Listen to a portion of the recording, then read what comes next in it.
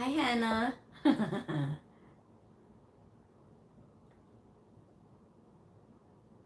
Thank you for being here.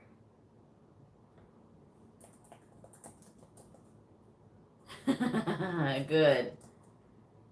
This is a very popular topic lately that keeps popping up in emails and in comments. So I figured I'd address it today because I submit to the will of the people. Hi, LaShandra. Hi, Yvette. Thank you for the blue hearts.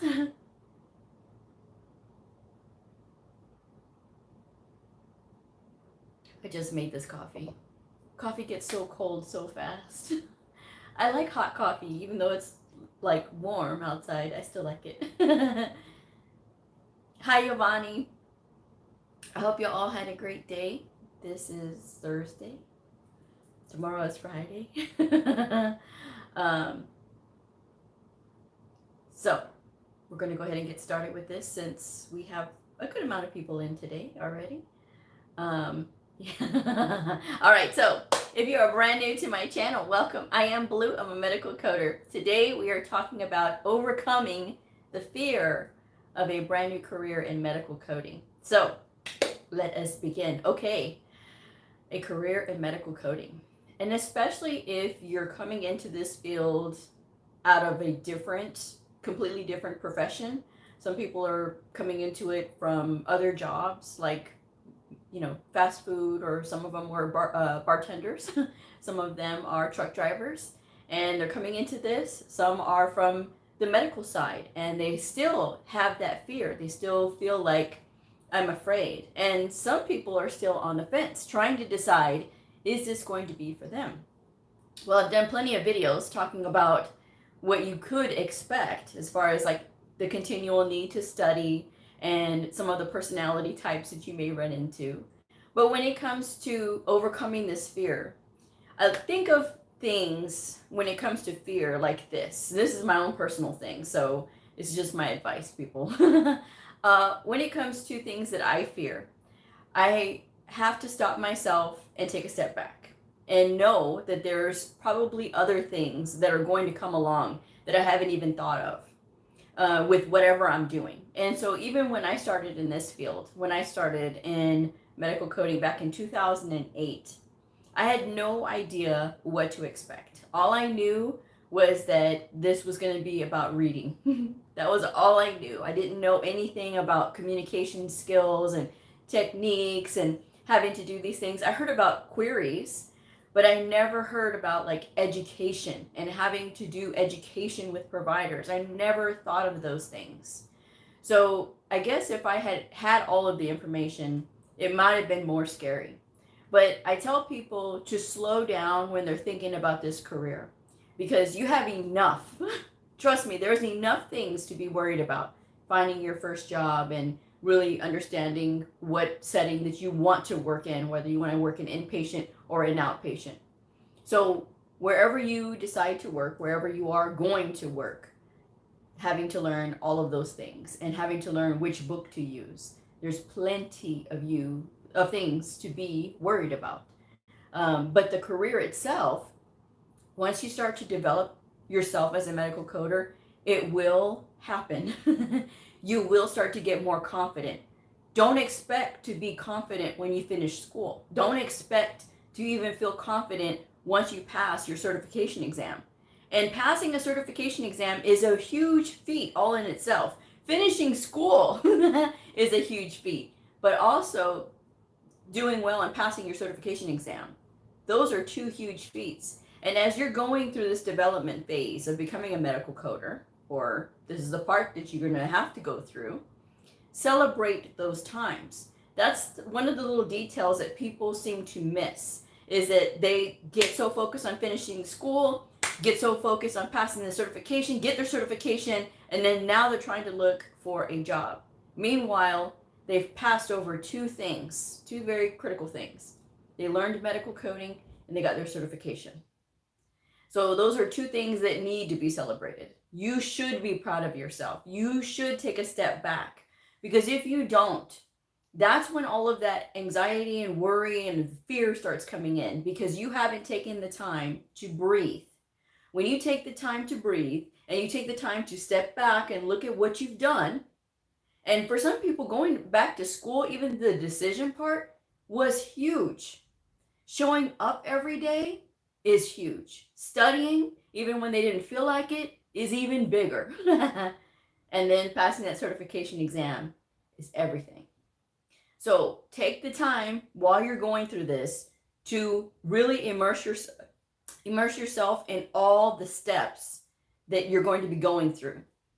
And when you start to get out there and you start to look for a job, and then of course you're starting to have those rejections, and that time of rejection, it happens to everybody.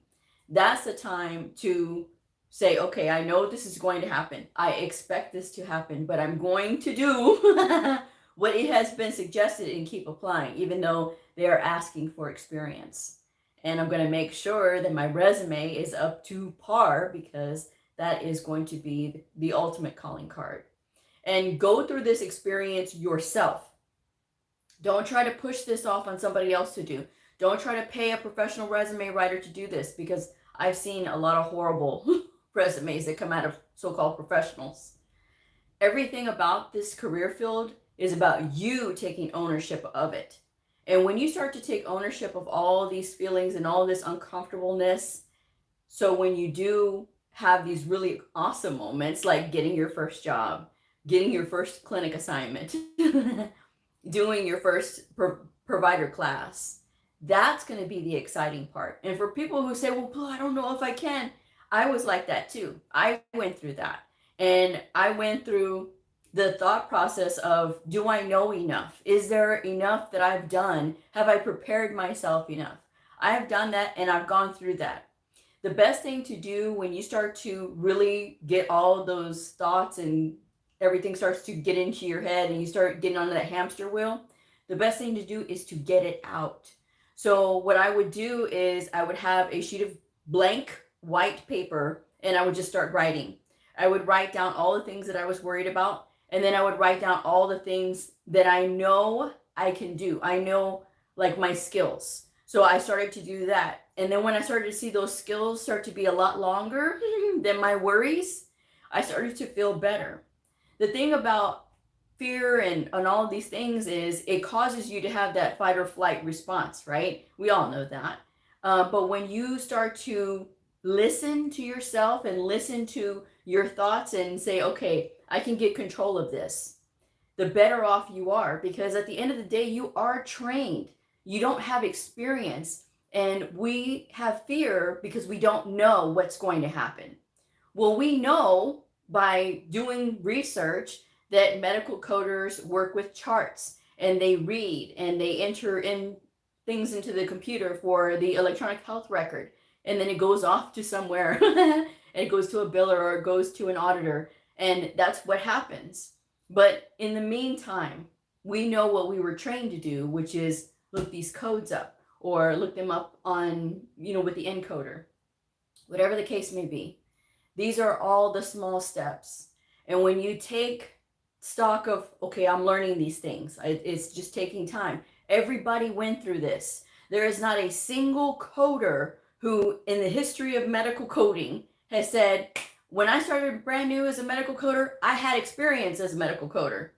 Well, even before you got your certification, yes, you may have been trained, you may have had on-the-job training, but you still had to start with training sometime, right? So we all have to learn it. Nobody starts with experience. Nobody has a handbook in the beginning on how to do things.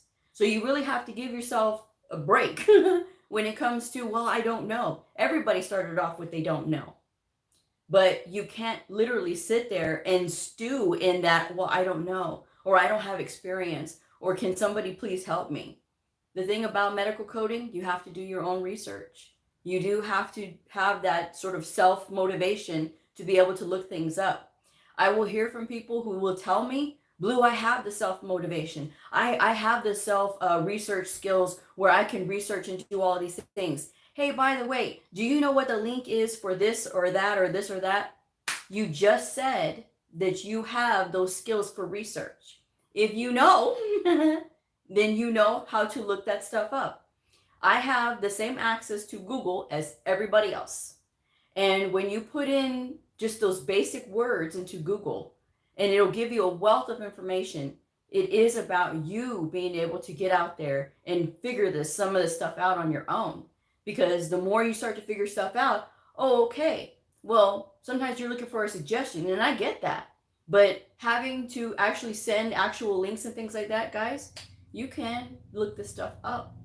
And again, that's taking power back. It's giving you back the power so that you don't have to depend on anybody else. And that's where your strength and your skill is going to come into play, is being able to do those things. And if you've been coming out of a program that was really fast and perhaps you didn't get the training, I would love it if medical coders all had the same standard of training and teachers who taught them critical thinking. You know, there's very few teachers that I hear of that teach critical thinking. All of it, majority of it is about the money, unfortunately. And that's why I have my channel, to be able to tell people this is what you got to do so that you can train yourself on critical thinking. And you can, you know, look these things up this way, or here's some resources. I have so many videos about resources because I try to share them with you guys as well. Because I know sometimes you can't really think of everything, right? But when you have all of these things and you have more skills than you do fears, that's going to quiet those fears and use that energy to propel you forward. Because knowing that this is what is going to happen if I don't succeed. I won't have a career. I will be in the same place. I will be doing the same exact thing. That kind of fear is good because that'll push you to keep going. In those times when I was getting rejected, and I got a lot of rejection too, guys, I was still working at a halfway house. I was still cleaning houses. I was still bartending. I was still doing all those things that I wanted so badly to get away from, because I still needed the money. I still had to eat. I still had to have a roof over my head. I still had to make a payment on a vehicle. But there was things that I was just like, okay, I'm so tired and I want to get into medical coding. How can I do this? And had I not, had the support of my mom to be like, get back with the school and help them and see if they can help you, and reaching out to my principal and saying, what do I do? I don't know. I mean, I've been applying everywhere. And he put me in contact with a temp agency. And I've asked people before, they write me very upset, like, Blue, what do I do? Get in contact with the temp agency. Weeks later, did you get in contact with the temp agency? Well, no. Okay, I can't help you if you're not following my advice. So this is advice that worked for me. So the reason that I tell you guys these things is because positions with temp agencies exist. And they exist so that you are able to get in there and get a temp assignment, because they just need somebody to fill a seat. And while you're there, oh yeah, by the way, I have a really good work ethic and I am trying to learn this. I'm not going to sit here and ask 100 questions when I can look up answers myself.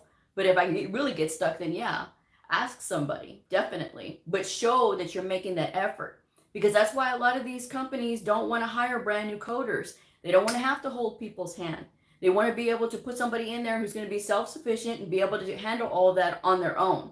And while some people do have that, some people don't. And we all know that there's some folks that want to get in because they heard about the money and they heard about how easy it is.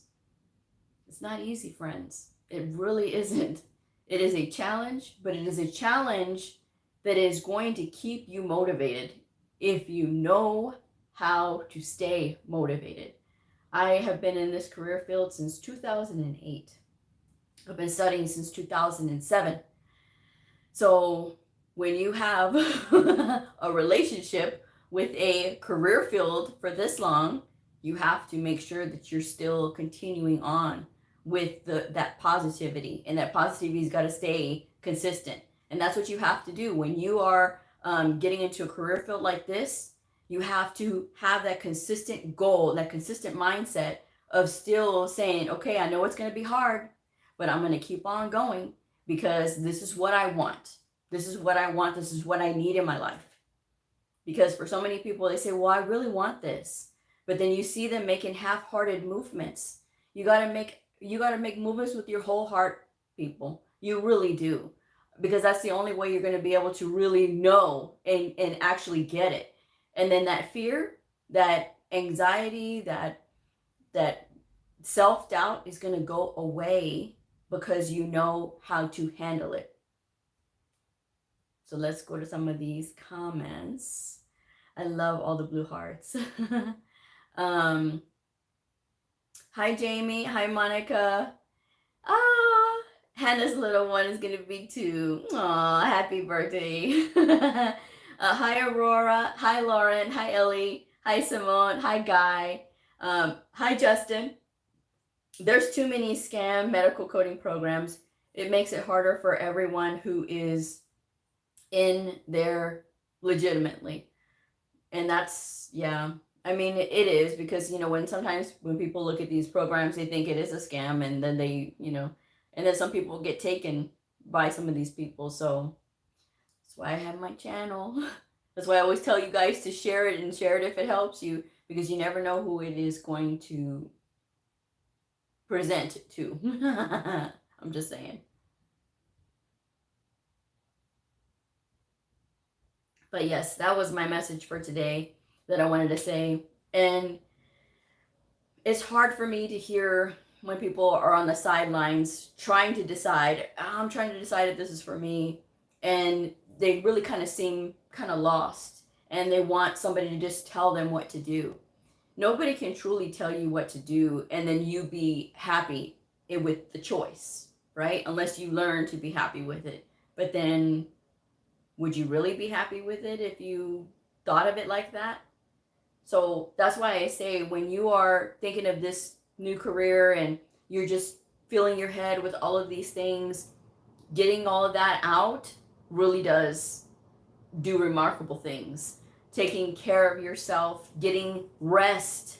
Because people think, oh, if I get a little bit of sleep and then I get up and I do this and I do that, that'll be enough for me. This is a hopefully you'll follow my advice where you do as I say, not as I do, because I know that I get few hours of sleep, but then again, that's how my body is conditioned, and I'm okay. But with that said, you know, taking care of your body goes a long way. Sleeping adequately goes a long way. Exercise, even just plain walking, goes a long way.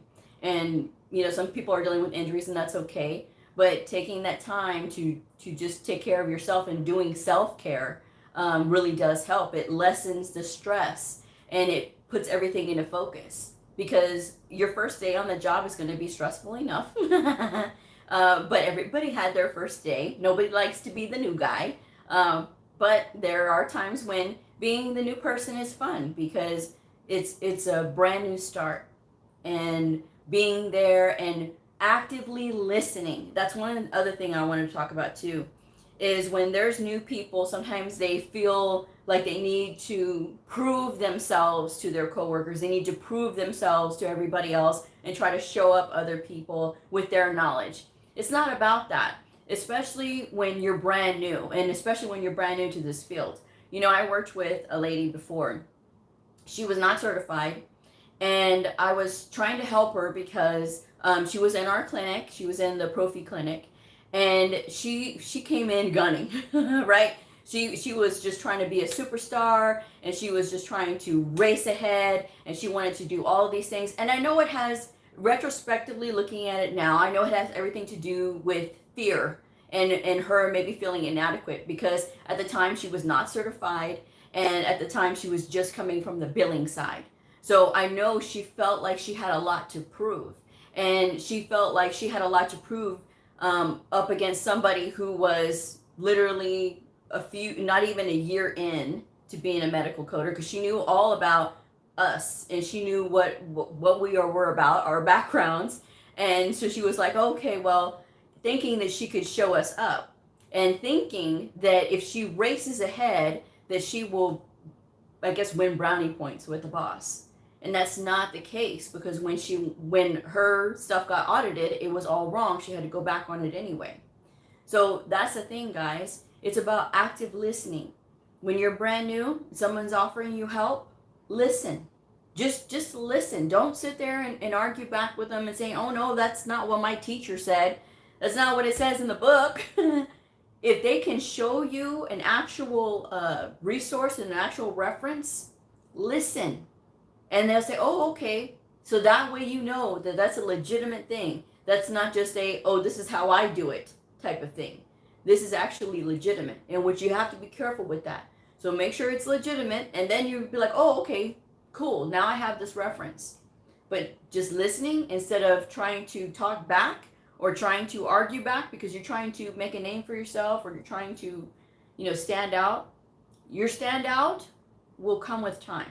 It's not going to be right away. You have to be humble, and you have to actively listen. And when you actively listen, you can learn a lot. You can learn a lot about the person. You can learn a lot about their skill. And then you can really start to, okay, if this person is a good person to follow, then you have a mentor. And that's how you find your mentors, by actively listening to others. Because sometimes when brand new people start, they want to say, oh, well, I know everything. And they could actually use a hand, Angie says, hi, Blue, you look beautiful. Oh, thank you. Always great to hear your insight. Thank you. Justin, gotta have sleep. Sleep is how the brain processes what it learns. That's true. Hi, Ashley. Thank you for the blue hearts. Good evening, Blue. I started my first coding job on Tuesday. That's awesome. I will have to go back and watch this from the beginning. That's awesome. You see, that is so great. It's awesome, and I'm so happy to hear that you started a brand new job. That's really great. I wish you the best on this journey, and know that there's going to be times that you may feel uncomfortable because you don't quite know something, and then there's going to be times when you're like, yes, I got that. And you'll be able to surprise other people. So just keep that good energy up, and just keep going. And when you get to those times when you say, okay, I need to look this up, or I don't quite understand this, so I'm going to look it up even more so that I start to get it. Taking that extra time is going to quell some of those fears and some of that anxiety, because knowledge is where you can feel more in control. That fear time is when we don't know, right? The fear of the unknown is what scares us the most, right? But when we know and we understand what's happening, we can get a better handle on those things. So, and congratulations again. Yes, got a lot of congratulations going on. So when you are out there, again, paying attention to people and how they act and how they respond, that's another thing too. That's going to give you huge clues if you sit back and listen and watch people. I had a provider that I worked with many years ago. I'm going to say many years ago, who, nice fella. And for all intents and purposes, very smart. He's very impressive on how smart he is. But he had a habit of blowing up. He would be okay, and then he would just start screaming during meetings. He was very notorious for just screaming out in a meeting. This is stupid. We can't do this. And rah, rah, rah, rah, rah. I mean, he would just go off. And I never understood why, because what he would get upset about was really something very minor. But this was actually fear. It was fear talking. It was fear, and it was anxiety, and it was all of these things because he felt like he didn't know, or he didn't understand. And when people don't understand, sometimes that's how they respond, is by just getting upset, or they get really quiet, and they don't want to speak to anybody. So paying attention to those and seeing what triggers people is going to give you another feather in your cap, because then you can say, okay, I know what triggers that person. I know what triggers that person. And I'm going to know this is how I'm going to be able to effectively communicate with these people. And again, it's going to help with the confidence, because paying attention to people and how they respond to things, and not just saying, oh, that's just how they are, and then dismissing them is really going to put you at a loss if you're not paying attention. If you're paying attention, you can say, okay, I know that bothered so-and-so. Okay, so maybe if I change the approach, or if I need to talk to this person later, I know that I'm going to take the different and opposite approach. The same lady who was the biller and who was trying to show her dominance actually sent an email to one of the surgeons, and not an ortho surgeon. This was in the prophy side. And she sent an email to him trying to query and things like that. But I had looked at it later because she had showed me, and she didn't understand his response. His response was very upset. And he's like, you do not speak to me this way. And she didn't understand why. Well, when I looked at the tone of her email and how she wrote it, and it was just like, okay, that's why. I said, why didn't you ask somebody for help? Well, I don't need anybody's help. Okay, you do. When you don't know or you don't have experience writing queries, you got to ask somebody, hey, can you look this over for a second before I send this out? Does this sound okay to you? Does it sound respectful? Does it sound like I'm trying to give them options? That's what you need to do. Well, I already knew how to write queries. I had to query the provider myself on another matter. And this was around the same time. I didn't know she had sent her email, but I had sent mine, like I said, within that same time frame. So then I'm getting a call on the office phone, and I'm thinking, and then they go, Blue, it's for you. It's this doctor. And I'm like, oh, I said, oh no. I was like, he just blew up at her, and because he emailed all of this, and I was like, oh no. And so I go over there, I go, this is Blue, can I help you? And then he's like, oh yes, Blue, this is doctor. And then he said his name. He has a very thick accent. He goes, Blue, I just want to know what is happening with this coding stuff. And I said, oh, well, sir, he goes, no. He goes, I got another email from another coder. He goes, I didn't call her because I didn't like the way that she talked to me. And I said, sir, he goes, but I like the way that you wrote this. Now, I want to know, what am I doing wrong? And so I said, okay, well, I said, in this instance, and so I was explaining what my query was about. He goes, oh, that makes sense. He goes, I see what you say here, but it makes better sense when you're speaking it out. So I said, okay. And I said, the problem is that we are away. He goes, yes, y'all are in those terrible trailers because our building was being remodeled. And he goes, y'all are in those terrible trailers. He goes, I am so sorry. He goes, Blue, you come to my office. He goes, we sit down, we talk. So I said, okay. And then he goes, don't bring the other coders. I said, I won't. I won't. I said, but they all work very hard. I know, but I don't like to talk to too many people. He goes, you're a good person, I can tell. So it's okay. And I said, well, we will work out a time to do some education and some in-house training. He goes, that sounds better. He goes, because this email here, email there. He goes, I don't like this. And so I said, okay. So I went and told my boss what was happening. And she goes, wow, that was a mess. And I said, yeah. So, but we got that all worked out. But it was the approach. And then my boss later was like, okay, I like your approach. And I said, okay, we'll work this way. But it's all in the approach. It's all in paying attention to how you sound. Sometimes when we step back and we think about how we sound and we think about, how all of these things come into play, all your skills are going to help you if you harness those other skills. If you are good at diffusing arguments, working at like a Dollar General, then that's a good thing because when you come across somebody who has maybe is not quite understanding, and then you can kind of like, okay, let's key it this way, and then they're able to understand. It works out much more better. So using your skills, guys, you have those personality skills that will help you. Use those. You're talented. Remember that. You are educated because you've been through a program. You've passed a certification exam. And even if you feel like you were just taught how to pass, it doesn't stop you from still continuing to do your studies. And that will help, again, to bring down that fear of starting in this career field and being that first time coder and being out there. Because a lot of what I did was stop and pay attention, because I don't know. I haven't been there yet, but I can do this because I have my books and I've been paying attention and I like to read.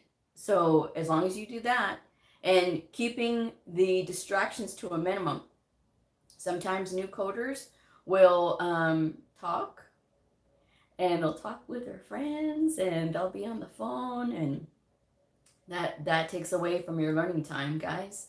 Got to keep that phone away. And there's going to be times when you can't be constantly on your phone. Well, no, Blue, I need the phone on because of, my kid or my spouse or whatever. And that's okay. There's going to be times when that's legitimate, yes. But if you know that it's just a comfort thing, and that if there's truly an emergency that they can be able to get a hold of you, then that's something that is different. But if it's just to, hey, how you doing? I'm making sure everything's okay. Well, what did you eat last night? What did you eat this morning? Did you go? And no. There's time for that at the end of the day when you go home. And so take the time while you're there in those 8 hours or 10 hours that you're working to actually absorb what you're doing. So that way you can be able to use that time effectively, and it will make you more confident when you've been paying attention, and it's going to make a lot more sense. So you have a long way to go. If you're at the beginning of this, you got a long road ahead of you. It's like driving to the moon. So we're 200,000 miles and you have to just ride the wave. You have to go through it. And there's going to be times when it's uncomfortable. There's going to be times when you're going to question yourself. You're going to be like, I don't know, did I do the right thing? You did. It's just that those feelings coming in and being like, well, don't let it take your joy. Don't let it steal what you could potentially have. Today, it's at the last couple of hours of the day, and I've been working on some difficult charts in the morning. And so as I'm going through there, they're a little bit more time consuming because they have a lot more diagnoses and things like that. So I get to the end of the day, the last couple of hours, and I start going over one of my providers. I don't want to say, because in case somebody's watching, I'm going over one of the providers, and I said, these are the encounters from after they had my class.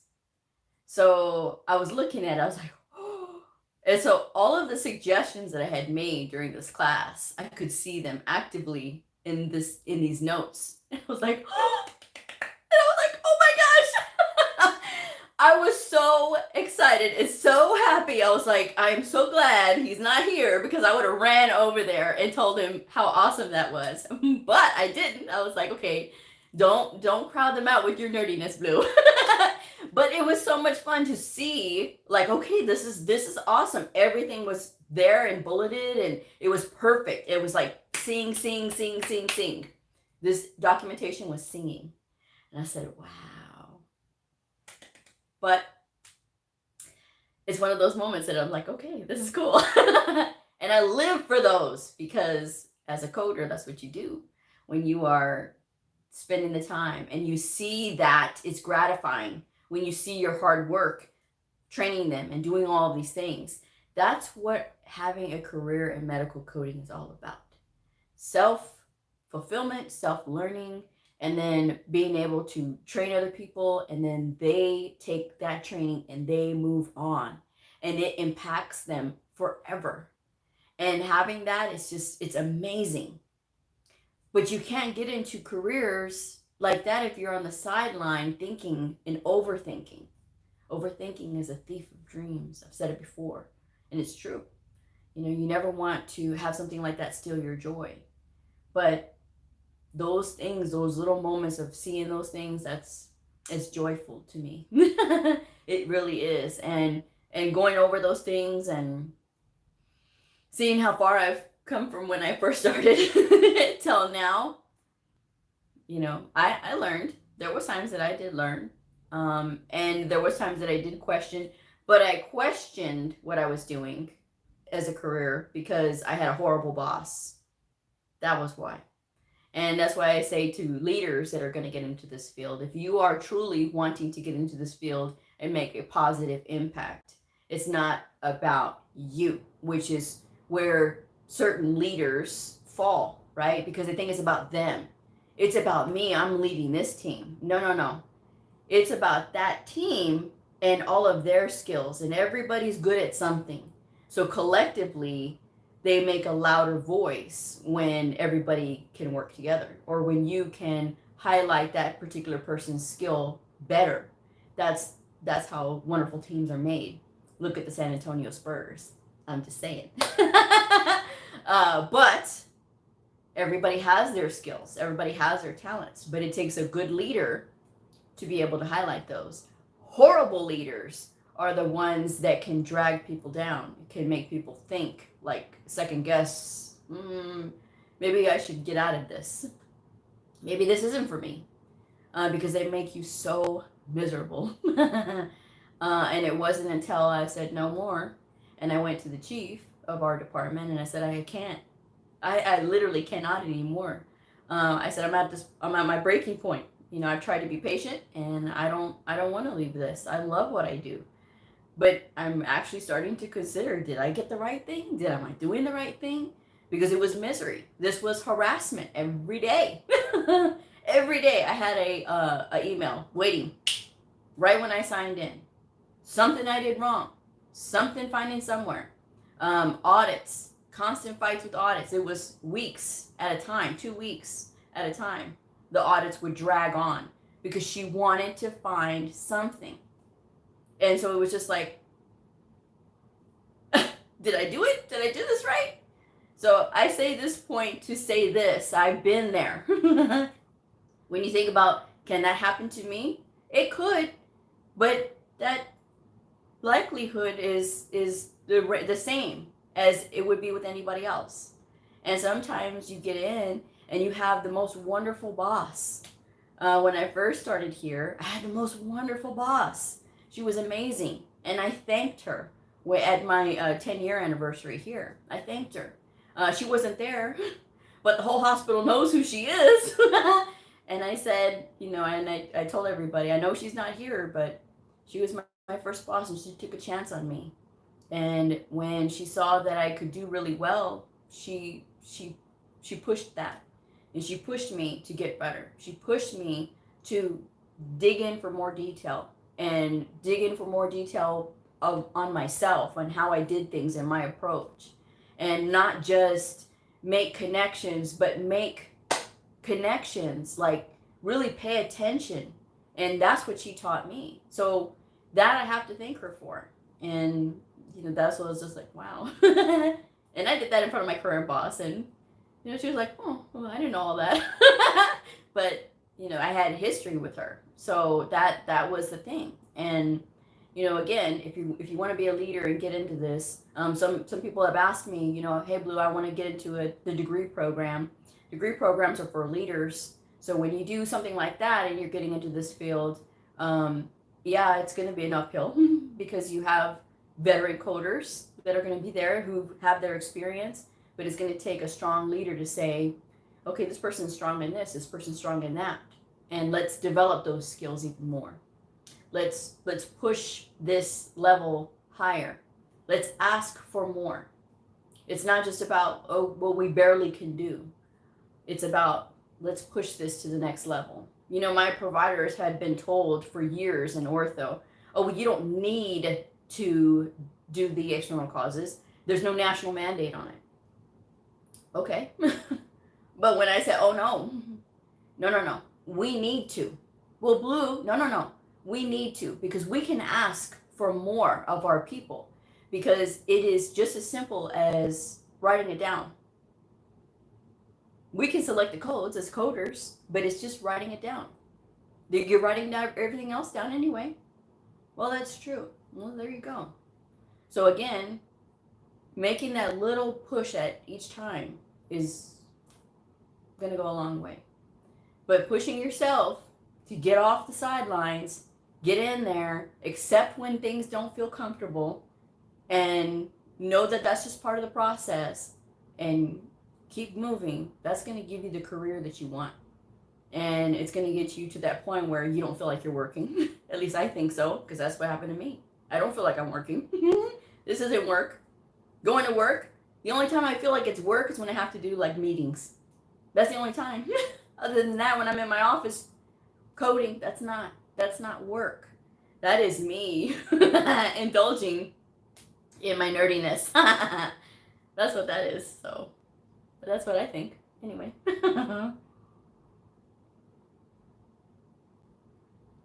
Tara says, hi, Blue. I'm on the hunt for a job. RN to coder.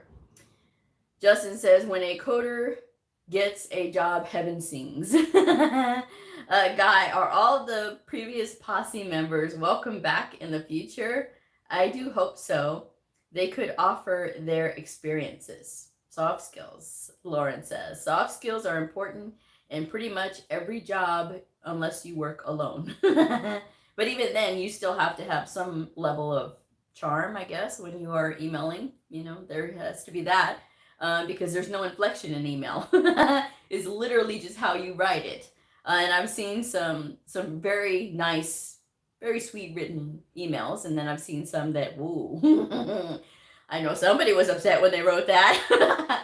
But, you know, if you are, a nurse going to coder, you know, that's the thing. Even nurses who go from nurse to coder still have to have that humbleness to say, okay, I'm going to listen to the coder. I've trained quite a few nurses, and for the most part, the experience has been good. Sometimes I get nurses who say, oh, no, I know. Even before I finish. Oh, okay. And they actually get it wrong. So, you know, you have to be there with everybody else. And if you're going to do clinical documentation improvement further into the future in your career as a nurse turned coder, you want to make sure that you are listening. You have those listening skills to the coders, because you're going to be the middleman between the coder and the provider, and you've got to be able to train them both. Now, nurses and doctors already have a built-in history of relationships, but coders and doctors, it's a little bit different, because sometimes providers will see coders as, oh, that's the person with the red pen who's chasing me and always telling me I'm doing wrong. And that's why I tell coders, you have to make sure that you're still telling them that they're doing right as well. You can't just always tell them that they're doing wrong, because when they see you, they're going to associate you with something bad. You know, Justin says, somebody's lawnmower. Sorry. Justin says, it's strange that a nurse would want to be a coder, though, unless maybe they're CNAs, as I thought nurses make more. No. That is not strange. That is actually getting to be more of the usual now. And as far as who makes more than what, we're not talking about that. What we're talking about is nurses turned medical coders, and how nurses do make good medical coders. However, there are some nurses that can never seem to get that nurse hat off. And if you understand what I'm saying, if you're a nurse, you get it. It's hard to look at documentation and think of it in the abstract way that we have to sometimes look at it as medical coders, where we don't see that a certain condition is documented, but the nurse can see, oh, they're treating them for this, and this, so I'm going to pick this up, when it's actually not documented. And it's not sufficient because we don't see it there. But they're treating this patient for this condition. Yes, but where is it in the documentation? So that's where it's like kind of hard. But because the nurses have already had that clinical experience, that's what makes their eye a little bit more keen to seeing, okay, there's a hole here. There's no documentation to support this from a coder's standpoint. So that's where it's just like, oh, okay, now we get that. And that's where a nurse can tell a doctor, hey, this is why we don't see this. And the doctor would be like, more like, oh, okay. Well, with coders, unless they have their skills developed, with the communication thing, a doctor might dismiss a coder and saying, well, you just want me to document more and you want me to make your job easier. No. That's not it either. What we're trying to do is make sure that your documentation supports the application of this diagnosis code or this procedure code. And in order for us to do that, this has to be able to make sense to the layperson as well. It's got to be able to make sense to a judge, a lawyer, and anybody else that has to look at this in whatever sense, a caretaker or whatever. It's got to be able to make sense. And so that everything's got to be able to be supported. It can't just be inferred. And so there's times when nurses will get to a point in their career where they want to get away from the bedside nursing and they can't really lift patients anymore because, you know, nursing is a very physically demanding field as well. They don't all sit behind the desk. Some actually are out there, you know, the ones in the ICU and the ones up on the floor and the ones with mom and baby, they're actually on the floor moving the patients around and things like that. So it does get physically demanding and it's not always easy for them to be able to stand and lift. And as they get older, if you've been in the field for a while, you all know, I mean, it's physically demanding. And so for some, it's like, okay, I still have all this knowledge. I don't really want to do bedside nursing, but I still have all of this in my head. So what else can I do with it? Medical coding is a really good next step to that. So that would be where that would come into play. And then, of course, you have CDI. So that's where all those good things can marry up. And sometimes nurses will become instructors. Sometimes they will become book authors for medical coding. It really all depends on what they want to do and how they get it. When they get it, they get it. So yeah, it's not always about dollars and cents. It is about what we're doing. And you'd be surprised. This field is something else when it comes to that. So I'm just saying.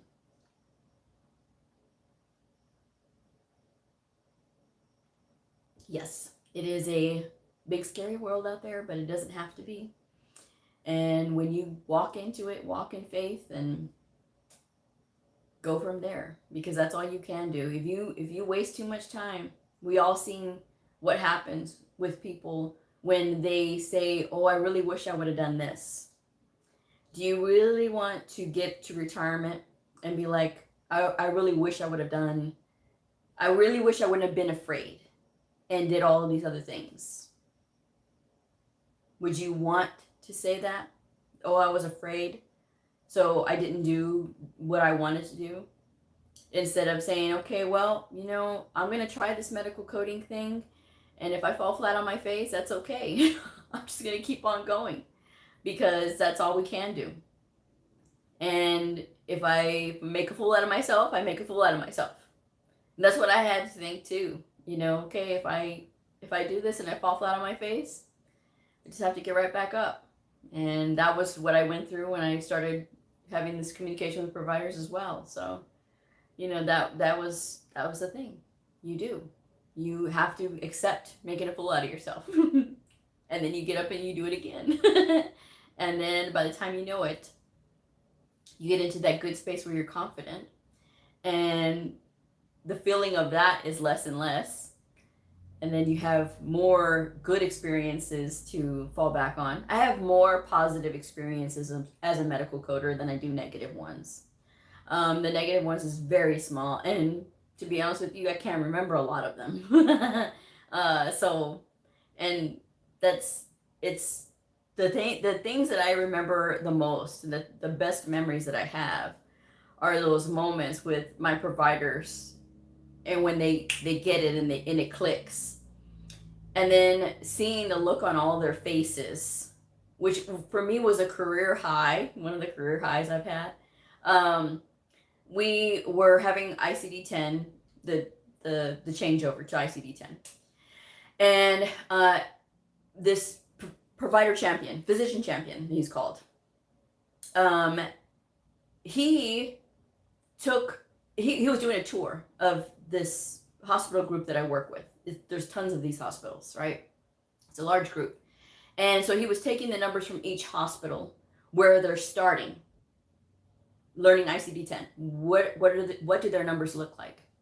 And then a year later, he says, I'm going to revisit this. So a year later, lo and behold, he's making this same tour all over the country, doing all of these things and talking and saying, okay, well, this facility did good with this facility did good with that.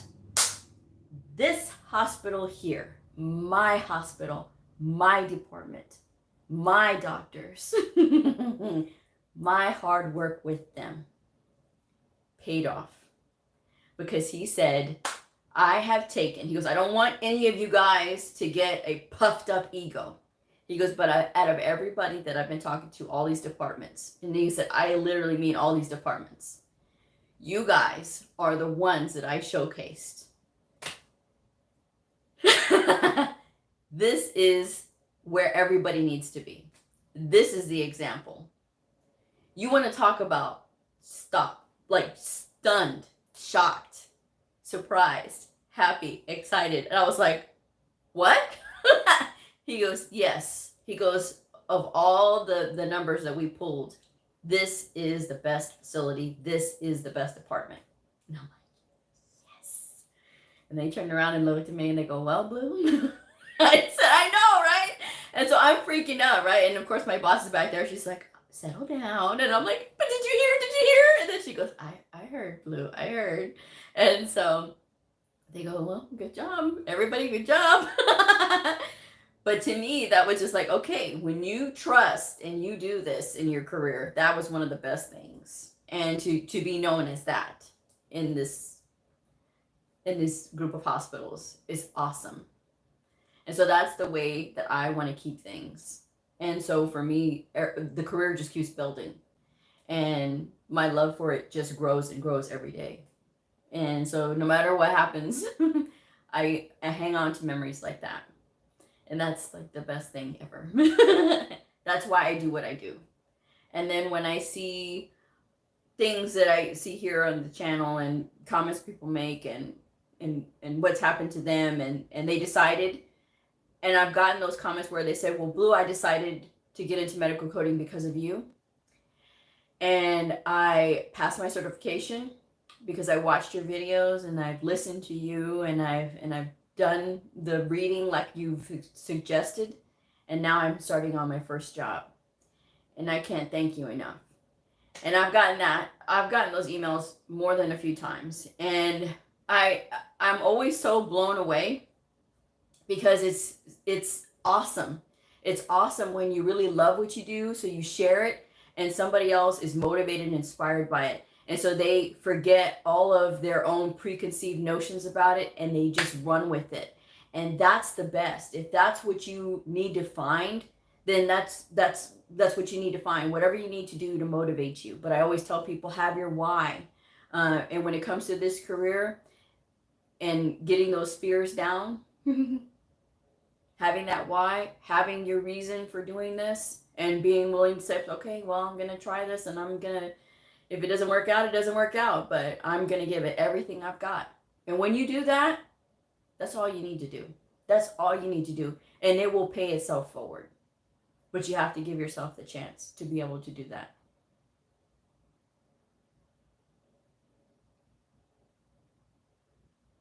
Brandy says, true, that makes a lot of sense. Ellie says, sometimes I have that feeling. And Guy says, sounds like a definite feather in your cap. Yes. That was very awesome. That was an amazing day. I was very happy. And I told them, look, yeah, I don't want y'all to get egos, puffed up either. But I said, I'm very proud of all of you. And they were like, oh, shucks, Blue. But, that's what you have to do. When it comes to those things, it was genuine. It wasn't fake. It was truly a genuine notion. It was a genuine comment. And that's the thing. When you're real, and you're real about your goals, you're real about your career desires, and it's not just some inflated thing of, well, it's easier to see. And people can tell. And they knew I was being sincere. Just like people know I'm being sincere now. So wise, Blue. Thank you, Hannah. I try. But like I said, it's true. It's real. And I wouldn't want to put out anything that was something that sounds like, that doesn't sound real. That sounds like that's just a punched up line. No, it's not. None of this is. It's already stressful enough. This field is stressful enough. I don't need to make it even more stressful by putting off some airs. This is real. So when you have those genuine emotions, it's genuine. You know? Yvette says, you are truly inspirational, Blue. Thank you for tonight. Oh, you're welcome. I hope this has helped. At least you're always going to have that fear, but let it motivate you in the right ways. Don't let it stop you from doing a career like this.